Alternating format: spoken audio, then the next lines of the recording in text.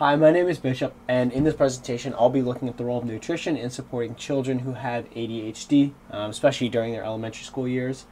Although most people turn to medication and behavior therapy, research shows that nutrition can play an important role in helping reduce ADHD behaviors and symptoms.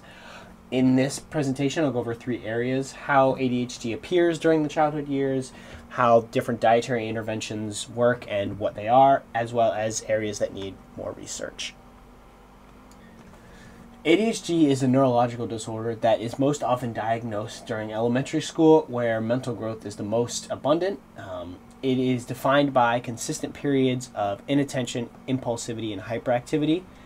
The reason it is most diagnosed in the elementary school years is because there's an actual demand for focus and self-regulation when there really isn't before that. Usually it affects about 11 to 8% of children in the US, with boys being diagnosed twice as often as girls. Girls are usually undiagnosed due to the symptoms that were created and the guidelines they look for more being targeted towards boys. So there's most likely a similar amount of boys and girls that have it, although more research needs to be done on that.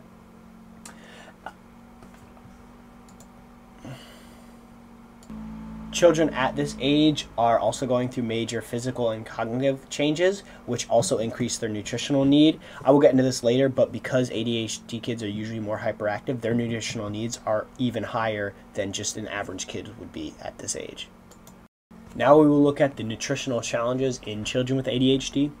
So kids ages 6 to 12 usually require about 1,600 to 2,200 calories a day, plus essential nutrients that are listed on the slide here. But many kids with ADHD struggle to meet these nutritional needs due to factors like picky eating, irregular appetites, or being too restless to sit and eat. Stimulant medication that is used to treat ADHD can further suppress appetite, especially when the kid is not supervised, like during school hours, so this makes it even harder for them to get in the amount of food they would need during the day. So as a result, these kids may skip on meals or rely on more processed foods like from the vending machine or stuff that just tastes better to them. This lack of nutrition not only affects the child's growth, but can also make their ADHD symptoms worse. For example, iron deficiencies impair oxygen delivery to the brain, which affects memory and attention. Low zinc and magnesium are also linked to hyperactivity, impulsivity, and emotional instability.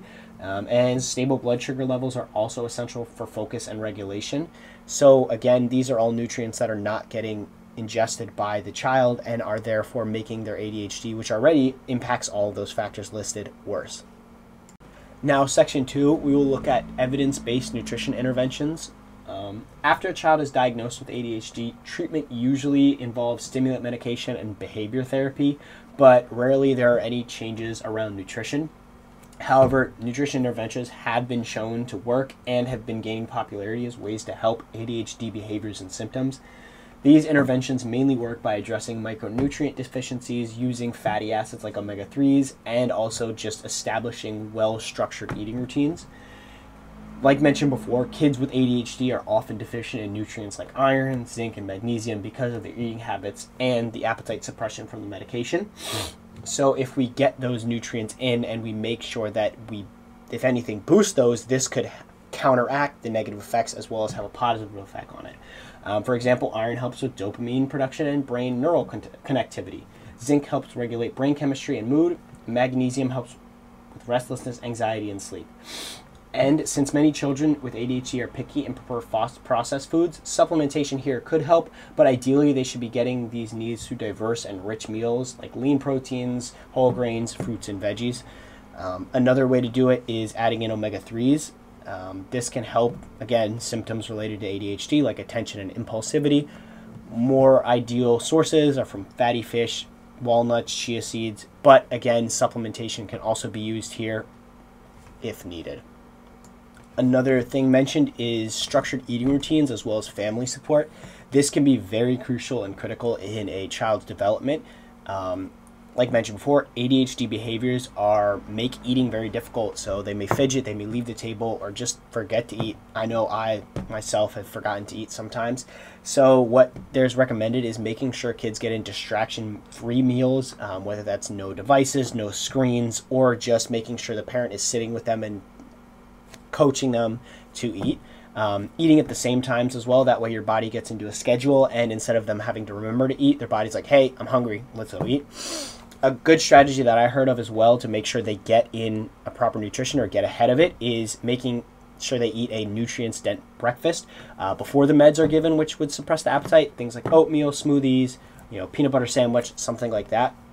And then throughout the day, making sure there are regulated snacks. So this could be something in the morning, like mentioned before, peanut butter toast, peanut butter sandwich, as well as afternoon snacks like a protein and a complex carb to help stabilize their mood. Teachers and parents can also work together to create an eating habit when the parents aren't around. This can also help boost the child's ability to eat on a consistent basis. Family involvement is key. Making sure regular meals are done help with build routine and support emotional health. Making sure, like I said, parents and schools need to work together to create an eating plan.